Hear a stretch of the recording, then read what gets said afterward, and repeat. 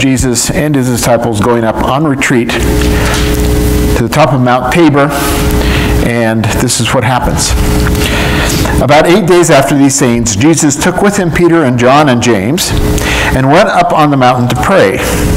And while he was praying, the appearance of his face changed, and his clothes became dazzling white. And suddenly they saw two men, Moses and Elijah, talking to him. They appeared in glory and were speaking of his departure. There's a euphemism for you, which he was about to accomplish at Jerusalem. Now Peter and his companions were weighed down with sleep, but since they had stayed awake, they saw his glory and the two men who stood with him. Just as they were leaving, Peter said to Jesus, "Master, it is good for us to be here. Let us make 3 dwellings, one for you, one for Moses, and one for Elijah," not knowing what he said. And while he was saying this, a cloud came and overshadowed them, and they were terrified as they entered the cloud. And then from the cloud came a voice that said, "This is my son, my chosen. Listen to him." And when the voice had spoken, Jesus was found alone, and they kept silent, and in those days told no one any of the things they had seen. On the next day, when they had come down from the mountain, a great crowd met them. Just then a man from the crowd shouted, "Teacher, I beg you, look at my son. He is my only child." Suddenly a spirit seizes him, and all at once he shrieks. It convulses him, and he foams at the mouth. It mauls him, and will scarcely leave him. I begged your disciples to cast it out, but they could not. And Jesus answered, "You faithless and perverse generation, how much longer must I be with you and bear with you? Bring your son here." And while he was coming, the demon dashed him to the ground in convulsions. But Jesus rebuked the unclean spirit, healed the boy, gave him back to the father. And all were astonished at the greatness of God. Thanks be to God for this word to us. So Anne Lamott, who is one of my favorite writers, if you haven't read her, you should pick one of her books up, especially her early books are really, really good. And this book is a book called Prayer 101, and it's a primer on prayer. The actual title of the book, Help, Thanks, Wow. Summary of her concept: we ask for help, we accept help, we move from fear and hurt or whatever to gratitude, there's thanks, and then we watch and wonder at what happens. Wow. I think it's more than a description of how we do prayer. I kind of see it as a description of how we do life. Maybe that means that all of life becomes a prayer. But I say that because of the story here in Luke that describes what we call the Transfiguration. Now, there are lots of lessons in this story. There's different versions of this story. Matthew's is slightly different. But it's a very, very interesting story where Jesus and 3 of his disciples go up to the top of the mountain. He leaves 9 behind. Go up to the top of the mountain to spend time in retreat, in prayer, before they start the journey to Jerusalem. This is the last thing that happens before Jesus starts toward Jerusalem and toward, Palm Sunday and all the things that happen there. What really jumps out at me from this story is the pattern of what happens. This story helps me understand how we, in this time and in this place, are going to make it through our days and our moments toward the destinations that we often try to head toward. The story begins when he takes those 3 disciples, Peter, James, and John, aside for this time of prayer. And the story goes they wander up to the top of Mount Tabor. Now, Mount Tabor is not much. If you've ever been to Israel, it's a bump. It's like Tick Hill down in Malawi. It's not very big. But for Israel, it's big, and it's important because this was a high spot from which overlooks a valley, the valley of the Jezreel, which is also known as the valley of Megiddo, which is also known in Hebrew as Har Megiddon, which has been transliterated into English as Armageddon. And for those of you that know the term Armageddon, that is the place, the symbolic place of final conflict, because this was a place where over thousands of years all kind of decisive things happened. It was a crossroads where all of the caravans from east and west and north and south crossed together. It was the valley in which Saul, the first king of Israel, was killed. It was the valley in which Sisera, who was a enemy king, comes in to destroy Israel, and Deborah, one of the early judges, defeats him and gets rid of him. Later on, it would be the place where Allenby conquered the Turks during World War I. I mean, it's been one of those places. And so Jesus and his disciples are up on the top of this mountain, overlooking this very important valley, crossroads of the world. And he's praying. And he's praying about the rest of his journey. He's praying about the fact that he's headed to Jerusalem. And he knows what's ahead, right? He knows, I think, that Palm Sunday is going to happen. And he knows that the cross is going to happen. He's throwing out all kinds of hints at this point in his ministry that he's going to die. So there's big stuff ahead. So this is the help phase of the story, right? They go up and they're looking for resources. They're looking for resources. And something happens, right? They get this incredible moment, this Oscar-worthy, kind of Charlton Heston special effects kind of moment happens where Jesus is transfigured, his face shines, his clothes get white. The two great figures of the Old Testament show up, Moses and Elijah. Now, these are representatives, right? Moses represents the law, and Elijah represents the prophets, the law and the prophets. They represent the totality of God's revelation up to this point in history. So we have this picture.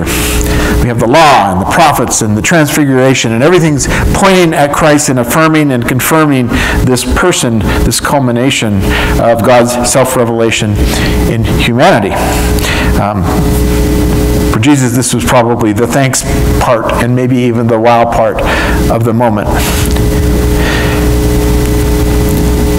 But then enters Peter. Lord, it's good that we're right here. Let's camp. That's Peter, right? I'm going to make some booths. I'm going to make one for you and one for Moses and one for Elijah, and we'll just stay up here on top of the mountain. This is cool. So we have this amazing moment where the sacred is present and God is present, and Peter, right, ought to be in receiving mode. Peter ought to be just kind of sitting there on the side going, whoa, this is amazing, and soaking it all in and soaking up the resources of that moment. But what Peter has to do is just jump in and do something, right? Because that's who Peter is. He can't just be.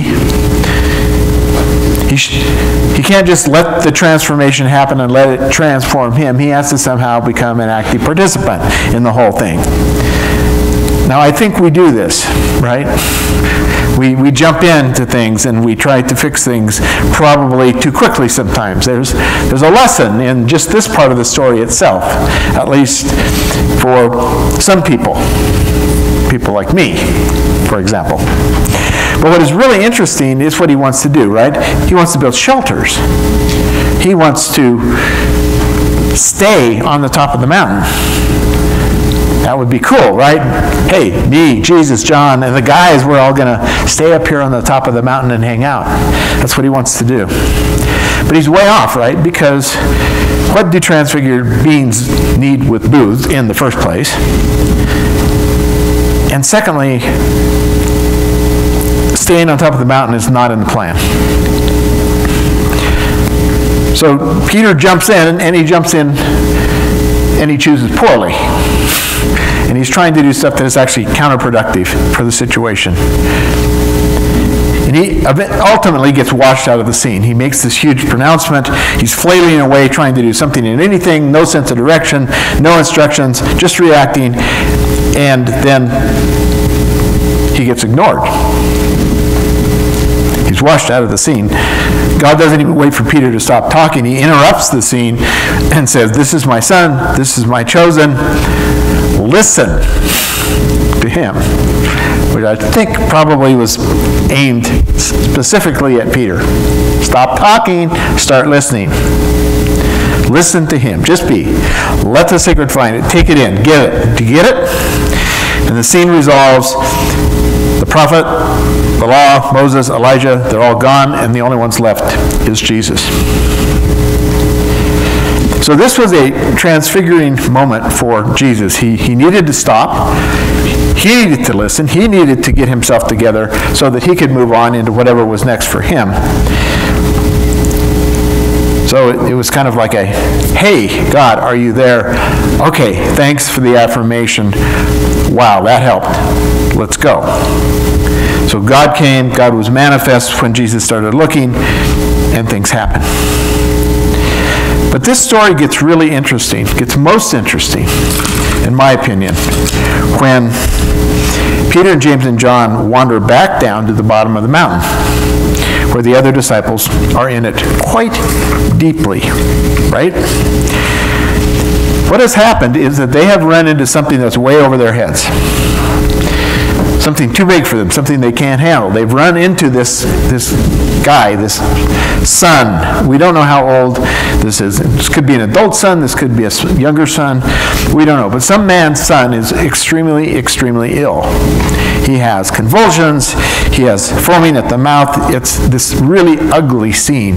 So they come back off the mountain, right, from this time of transformation and distance, and they just jump right back into the valley world with all of its mess and all of its brutality and all the illness. And the disciples, appears the ones who have been left down at the bottom, the 9, have apparently tried to heal this man, because there's been lots of stories about healings up to this point. Tried to heal this man and have failed absolutely miserably. And so Jesus comes in, and his comments, his negative comments about this perverse generation is really, I think, his way of saying, I'm really tired of being here. I'm really tired of the way the world is right now. But Jesus enters in, and then he heals this person. And at the end of the story, there is a curious phrase, which is, he heals the man, and all are astounded at the greatness of God. Now here's what that means.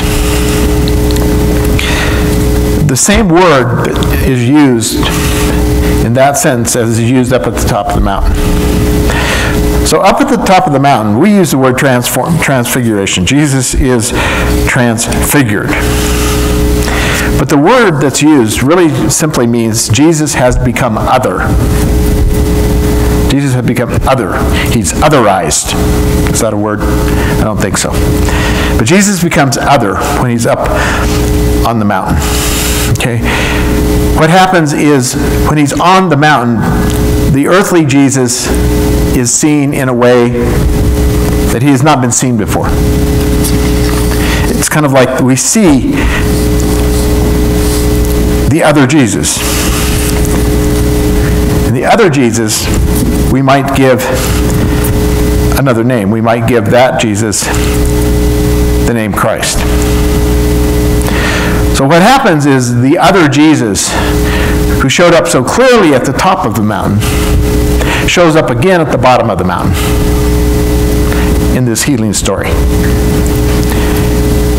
Christ brought in a real way the transformation, the otherness revealed on the top of the mountain down into the valley with him. And as he worked his act of love and his act of healing, everyone saw it. The 9 disciples, who it appears did not totally miss out on the transformation after all, because they witnessed this event.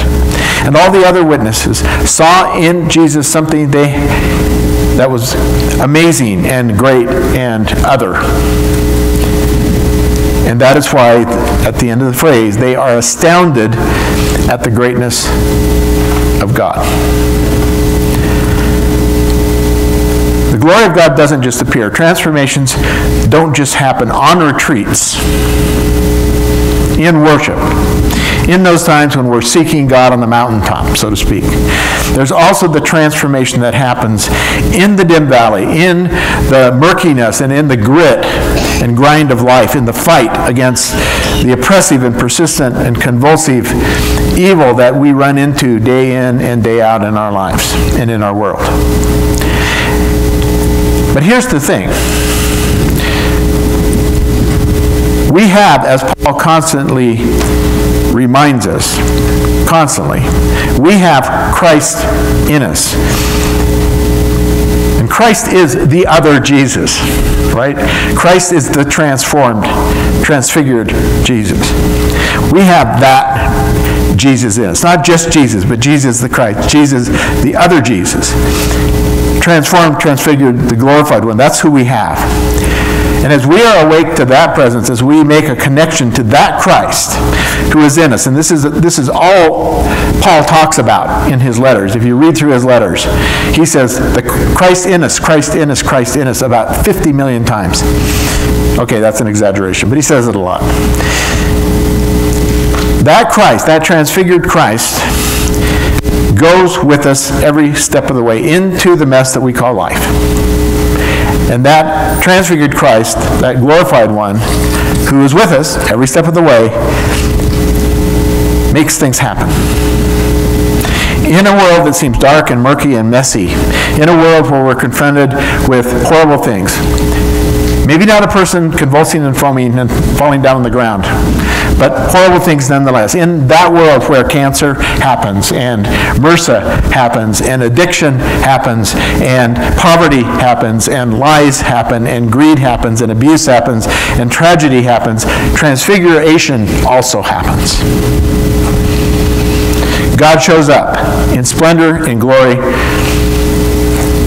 and that is the transfiguration that we get to see. That is the transfiguration we get to experience as we live not on the top of the mountain, but at the bottom of the mountain. The splendor of God shows up in the fight against all that is not love. The glory comes to us. And that's a good thing, right? Because all too often, we can't find our way to the mountaintop. All too often when God shows up, we're not very good at stopping and listening and being. All too often when we're immersed in the mess, when we're down in the middle of it all, when we're in the struggle and in the failure and all of that stuff, we, like Peter, just start doing. We start jumping in, trying to fix it. When what we need to do is let the other Jesus, the Christ, the inner Christ, come and be the sacred presence that we need. Sometimes it is only our connection with that power and with that love and that grace and that hope that will enable us to continue to walk forward in life the way Jesus walked forward to Jerusalem. A while back I was working with a woman who had experienced some horrible things in her childhood. She had a mother who beat her in the face with a belt if she cried. A father who, when she was playing on the floor, would walk by and purposely step on her hand, on her fingers, to hurt her. That was the only intent he had. She lived for years and years and years and experienced terror after terror after terror at the hands of her parents. And she asked me in one of our sessions, why on earth would my father do that to me? Why would my mother do that to me? And all we could figure out was that it was about power, right? About manipulation and about control and about them building themselves up at her expense by crushing her. In my mind's eye, I could all too easily imagine, this little girl, right? Sitting there, seeing the big person, the one with all this power over her, the power of role, the power of size, the power of muscle, the power of age and wisdom, all this power, walking toward her and purposefully with malice, as if willing themselves to say, see what I can do to you. Stepping on her, leaving her hurt and confused and crushed and alone and betrayed. That's all too often human power at work.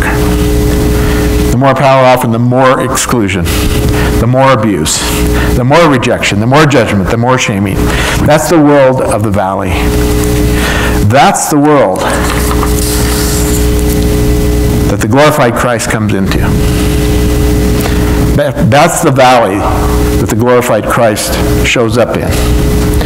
That's where the splendor of God comes in and changes things.